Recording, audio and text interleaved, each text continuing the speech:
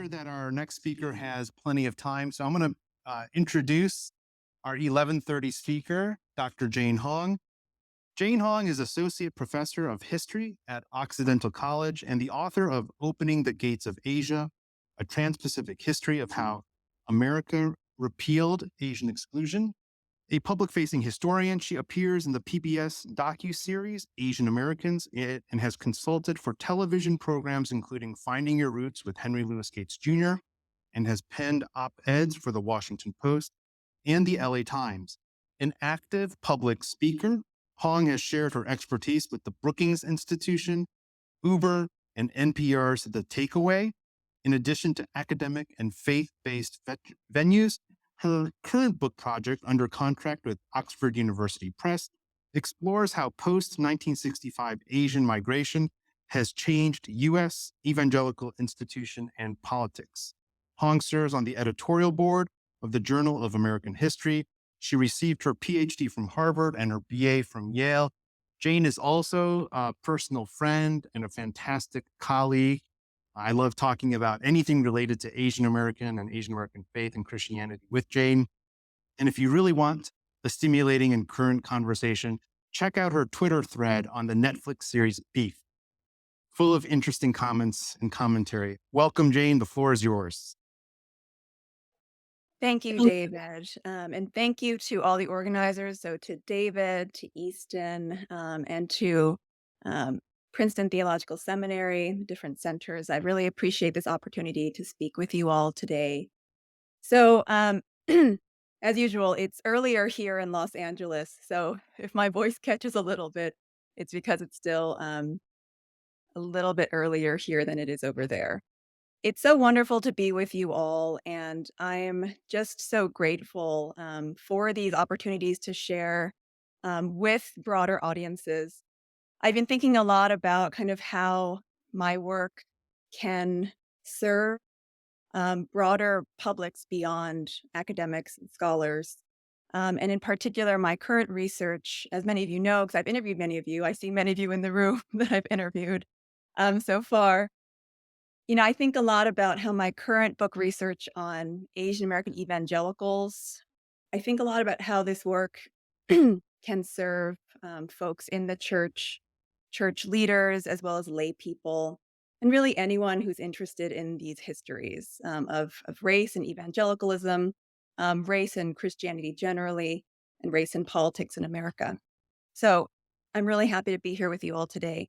So today I'm going to speak about how post-1965 migrations changed U.S. Protestant Christianity. And here you just have an image. This is from, I think, a 2014 Christianity Today piece called Silent No More. I think it's an image from an Asian American church. So when I think about Christianity today, Protestant Christianity, I think about the face of an Asian American, and I think many of you might as well, because of the communities you belong to, the churches you attend, the parachurch organizations you might belong to or even serve. And so I wanted to give a little bit of historical context and then maybe give a few snapshots from ways that Christianity, Protestant Christianity is being changed by Asian Americans. So we first have to start with the 1965 Immigration Nationality Act. And in terms of what it does, I think, for scholars who study this, there's so many different narratives, so many different conversations. The very basics of the law are that first, it really just overhauls the entire U.S. immigration system. So by the 1960s, the system that had been in place for, I guess, 40 years by that time was the National Origins Quota System, which essentially assigns each nation in the world a specific quota based on populations in the United States. And the way that this quota system was engineered and kind of structured, it heavily favored, Northern and Western Europeans over Eastern and Southern Europeans. And it essentially excludes Asians from migrating to the United States for long-term settlement. And so this whole system had essentially kept Asian immigration artificially low. The numbers are really low before the 1960s. So the 65 Immigration Act, it completely changes the system. So now, instead of thinking about where people are coming from in terms of nationality, Now the system admits people based on two things. The first was employment and skilled labor. So whether they fit the categories that the Department of Labor deemed necessary, places where the United States needed more workers. So employment and skilled labor on the one hand, and family relationships on the other. And there were ceilings on the number of immigrants who were allowed to come into the US. The ceilings were based on the Eastern Hemisphere, so where Asia is, and the Western Hemisphere, so North America, South America. But importantly, migrants who came as family members, so the kind of family members of US citizens and lawful permanent residents, they did not count against the ceiling. So in some ways, they were completely unrestricted in the number of family members of US citizens and permanent residents who can come into the United States. And so actually that's how the majority of Asians historically have come into the US. They've come through family relationships. So what does this do?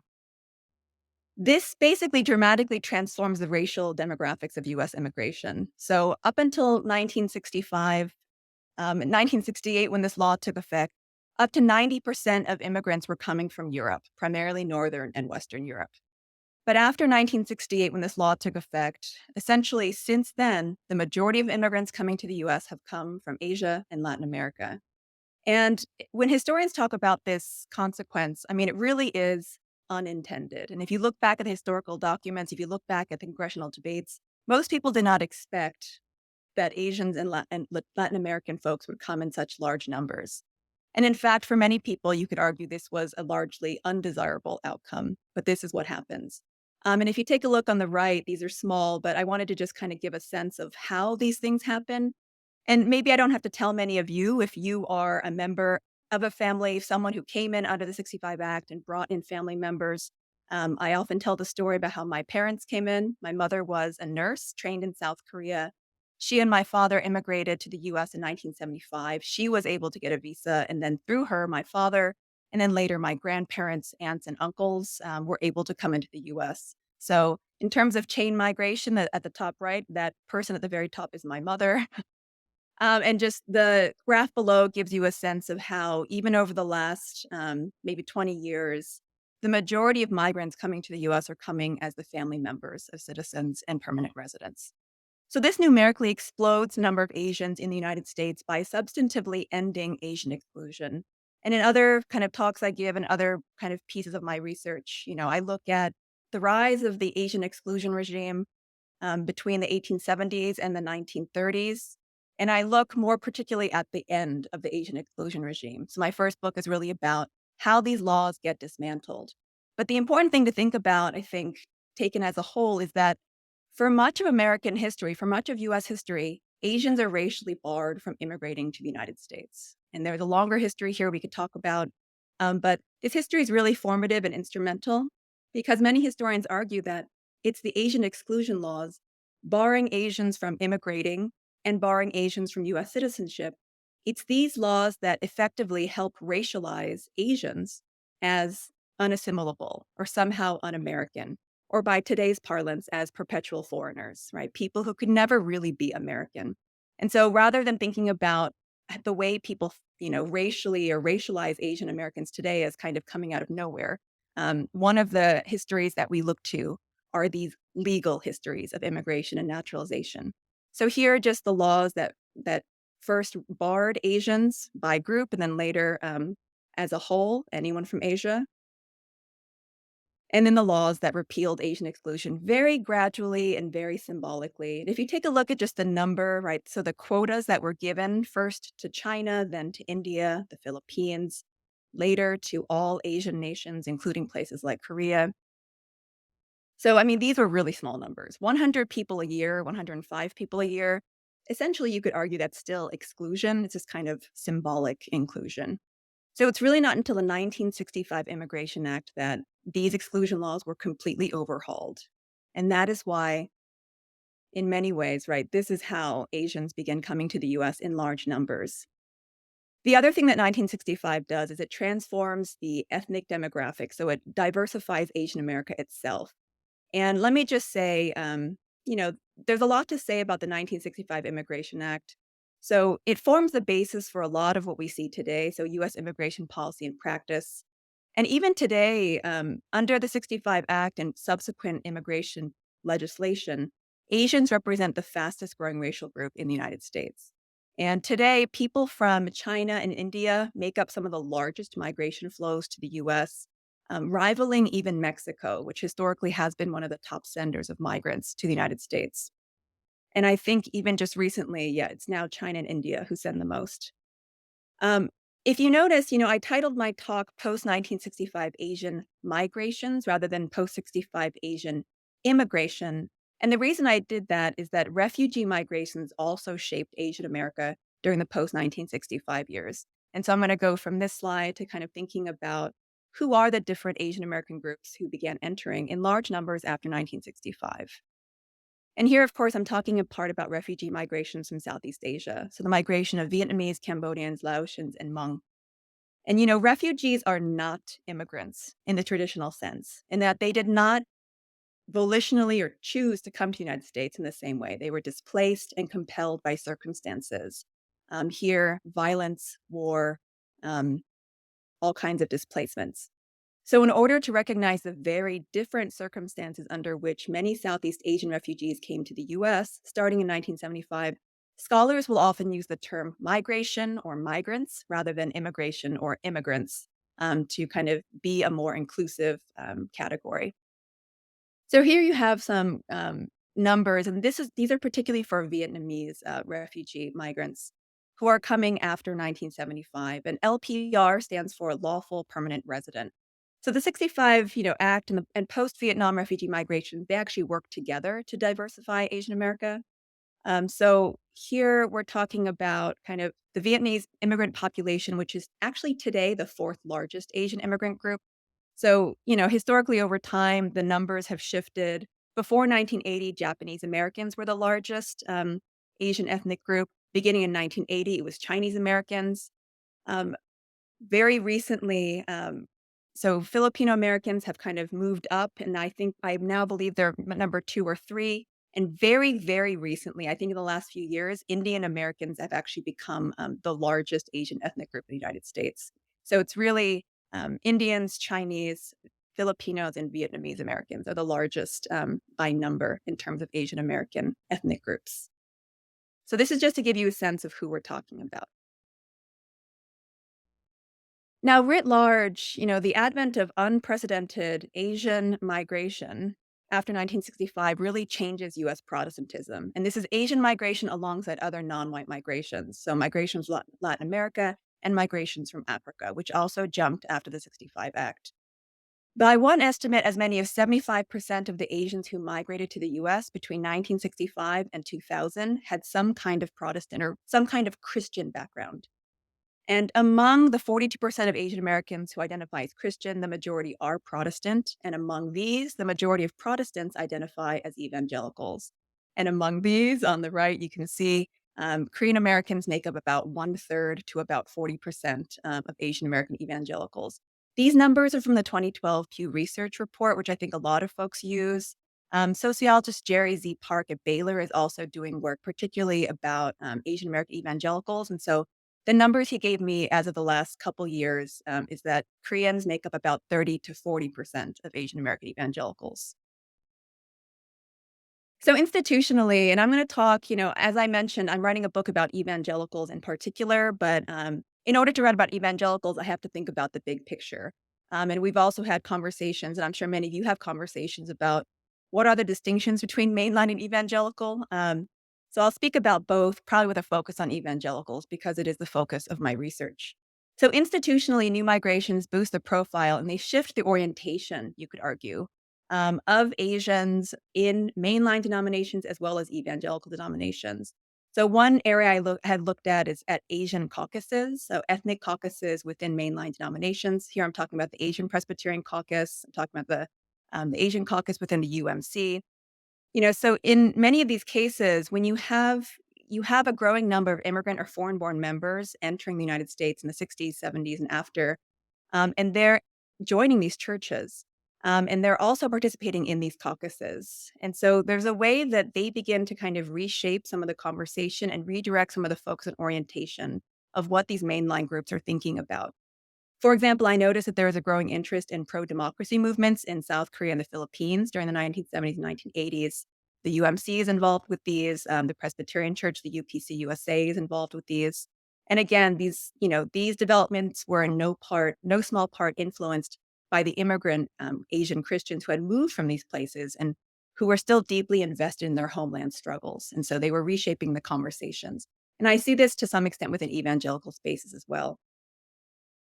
More concretely, post 1965 migrants have reshaped evangelical denominations. One example I often think about is the PCA, or the Presbyterian Church of America. In 1982, the PCA approves the creation of Korean language presbyteries. By the 1990s, these make up the fastest growing segment of the denomination. And today, Korean language presbyteries, or KLPs, make up about 10% of the entire denomination in terms of churches and membership. And I often also think about this, that in ways not often recognized, these Korean language presbyteries have actually become a pathway for many second generation Korean American leaders to take up positions of leadership within historically white evangelical institutions and organizations. And I'll talk a little bit more about that at the very end. Post 1965 migrants have also changed seminaries, and in turn, the church, insofar as seminaries serve as training grounds for future clergy and future church leaders. And here, if you look at data from ATS, or the Association of Theological Schools, over the past few decades, um, David and I talk about this, and it's true. So, non white students are often the only demographic that's still growing in terms of seminary enrollment. And I think this is true across mainline and evangelical institutions. And, all this suggests that, again, if the church kind of survives and thrives, it will largely be because of Americans of color, including Asian Americans. So I write particularly about Fuller Seminary, and I know we'll hear later from Gabe Katanis, who's part of the growing kind of communities of Asian Americans at Fuller Seminary. So Fuller becomes one of the largest evangelical seminaries by the 1970s. When you begin to think about the 1980s and after, so a lot of Fuller's growth is driven by students of color, including many international and foreign students from Asia, including from Korea, for example. But by the 1990s and beyond, much of the growth is also happening among Asian American students. So English speaking, often US born Asian Americans who are not immigrants. And by the early 2000s, Asian Americans are one of the fastest growing demographics among seminary enrollment across the board. And so, what does this mean for evangelical and also mainline seminaries? Post 65 migrants are also changing historically white parachurch organizations. And here I focus on evangelical parachurch organizations. And I know there's a bunch of folks in the group who represent EPIC. I think I saw Tommy earlier. I saw some Intervarsity folks. There are whole books actually written about Asian Americans and their participation in parachurch organizations. So, God's New Whiz Kids by Rebecca Y. Kim is one example. So in the late 1980s, Intervarsity Christian Fellowship, which is a historically white parachurch group with roots in Great Britain, declared its commitment to multi-ethnicity. By then, far and away, InterVarsity's largest non-white contingent among both students and staff were of Asian descent. And I think UC Berkeley's InterVarsity chapter was already majority Asian American, even by the mid to late 1980s. And it was Asian American staff who championed and pushed through the creation of ethnic-specific Asian American chapters beginning in 1990s. And some of these first chapters were at Northwestern, University of Chicago. Later chapters were founded at Harvard, MIT, so AACF, UT Austin, Rutgers, and other places across the country. And so when you think about just kind of who is going to these parachurch organizations, who are members, who are staff, right? We know from our own experiences, but I also know just from looking at the data that these are large Asian and Asian American populations. The other thing I'll say about the parachurch organizations is that there are also particular gender dynamics. And when you think about why so many Chinese American women in particular, for example, join InterVarsity in the 1970s and 1980s, and why they become so prominent in the organization. So many folks I've interviewed, people like Jeanette Yep, Nina Lau Branson, who joined InterVarsity during these years, they told me that part of the reason they joined is that there were very few other opportunities for Chinese American women to serve in ministry full time because churches would generally not ordain them. And so parachurch organizations became one way that they were able to pursue their call to ministry in ways that were meaningful. And so there's a longer history I could talk about, and I write about this in my current research. It's one of my favorite chapters in the book, actually.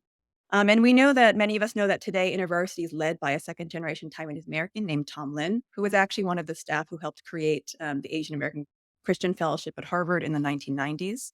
And he has been the leader of Intervarsity since, I believe, 2016, 2017.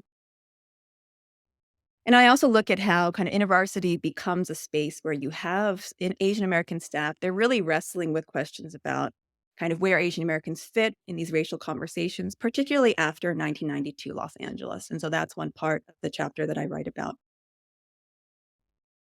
This is an area I don't write about in my book, but something I've been thinking about recently. So the cover story of this month's Christianity Today looks at corporate worship and the ways that worship music has become increasingly profitable.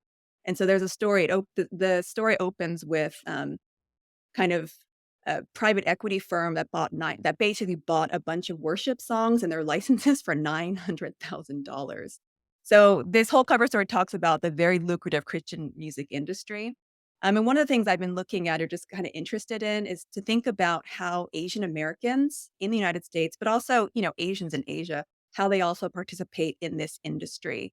Church worship music is incredibly popular among Asian Americans. Many of you, maybe some of you did see the show Beef on Netflix, right? So you think about the songs that were used even in that 10-episode series, right? It's worship songs by Elevation, by Chris Tomlin. I think there's like some Bethel songs that might be used. These are all incredibly profitable organizations in ways that I think people might not think as much about. And so I know that there's been a conversation about kind of thinking about decolonizing Asian American worship led by folks like Gloria Fan Chang. And so these are questions I've been thinking about too, even though it won't necessarily be in my book. These are things that I would encourage folks to look at this piece. It's actually really fascinating to think about. To think about from the perspective of the Christian worship music industry, how Asian Americans make up an important consumer base, even if they're rarely envisioned as the main target audience or demographic for those organizations. And in my last few minutes, briefly, I wanted to talk about the impact of post 65 migration on Asian American faith communities themselves, which I think is a lot of what we'll hear about today and tomorrow, as a way of kind of setting up that conversation. So, post 65 migrants, what they did was they really returned Asian America to a majority foreign born community. So, the 1940s to the 1970s were the only time in US history when US born Asian Americans outnumbered immigrants. And this had lots of political consequences to kind of shift the focus of Asian American Christians to think more about domestic communities, to think more about social engagement. And that's chapter one of my book. But the reshaping of Asian American demographics to become, again, a more immigrant dominated demographic that really does, it throws the future of the ethnic church and kind of immigrant churches into question. So it refreshes intergenerational contests over leadership and direction. And again, during the pre and post 65 periods, the ethnic church remains the main unit of Asian American Protestant Christianity. And of course, we do have the rise of Pan Asian churches, and you later in the 1990s and after have the rise of multi ethnic churches. But the ethnic church remains, and it persists. And so when we think about kind of what this means for Asian American faith communities, there's a lot of questions about whether intergenerational dynamics can be resolved and kind of thinking about how power does and does not transfer to second and third generations. I will say Japanese Americans are the only outliers to this broader story because of all the countries in Asia, Japan sends comparatively fewer new immigrants to the US. And so by this point, I think by the 1970s, 1980s, Japanese American churches had already begun developing English language ministries. These churches often employed kind of US born English speaking white clergy, Asian Americans. And in many ways, Japanese American churches come to serve as a model for Chinese Americans and other church leaders as early as the 60s, 70s, and 80s. And so I'll just mention that. For most other Asian American groups, however, the post 1965 reality of a majority immigrant or foreign born community meant that, again, these intergenerational contests over church leadership and over church kind of membership persist and in many cases repeats over and over. Moreover, because some ethnic and immigrant churches continue to recruit leaders from Asia who had limited understanding of the US or Asian American context, the challenges persist and in some cases actually get worse over time. All in all, this means that the intergenerational contests over church leadership have never really ended. And this is part of what I think Helen Lee talks about in her 1996 article from Christianity Today about the silent exodus. She talks more about a broader phenomenon where, She talks about, quote, the alarming rate at which the children of Asian immigrants are leaving immigrant churches and in many cases the Christian faith. And she talks about how many of these younger folks, the children of post 65 migrants, they were abandoning immigrant churches because they found them, quote, irrelevant, culturally stifling, and ill equipped to develop them spiritually for life in a multicultural America, end quote. The thing that's really interesting is that Lee writes this piece in 1996, but I think for many folks who have been in ethnic and immigrant church spaces for longer, they know that this was not a 1990s phenomenon. I mean, in fact, you could argue that this is a phenomenon that persists even today in many, many church spaces. But going back even further, one of the groups I found really interesting is, Chinese church communities were talking about these intergenerational conflicts and dilemmas in the 1970s and even before. There's a group called FACE, which is the Fellowship of American Chinese Evangelicals, which becomes an outgrowth of NACOS, which is a consortium of Chinese evangelicals that was crystallized in the 1970s. In the 1970s, FACE members, these are US born, so ABCs, American born Chinese, they were already talking about these issues, these questions about whether ABCs could last in the church, folks who felt stifled and marginalized by the leadership of overseas born Chinese Christian leaders. And particularly about church leadership, thinking about whether ABCs or American born Chinese pastors had a role in Chinese churches, whether they would be given the authority and the leadership, whether they would be empowered to lead their own congregations by the immigrant communities, the immigrant leaders who preceded them. And I also see these same kinds of struggles in Korean American churches, regardless of whether they're mainline or evangelical. There are still ongoing struggles between immigrant senior pastors and second gen, third gen, younger US born church leaders over who ultimately makes the big decisions for church congregations, questions about whether Asian language ministries and English language ministries, whether they can coexist and power share within the same church structures, whether it's only possible if they split and kind of become independent, right? And so, again, I don't probably have to tell most of you. Many of you who've been in these spaces know these struggles firsthand and know them better than I do. But what's been really interesting to think about is, again, because of the ongoing migration of Asians to the United States, again, new immigrants, new migrants refresh, in many cases, refresh these intergenerational dynamics. So I think when Helen Lee wrote that piece in the 1990s, my guess is that at least some people thought that these issues would be more resolved over time, as more folks get born in the United States, as kind of dynamics shift. But the ongoing realities of Asian immigration means that, again, these conflicts actually persist across many different spaces. And that's been something that have found really interesting and also in some ways maybe unexpected. Maybe that was naive, but I think these are things that folks will address in part during our conversation. And these are things folks still struggle with in the day to day.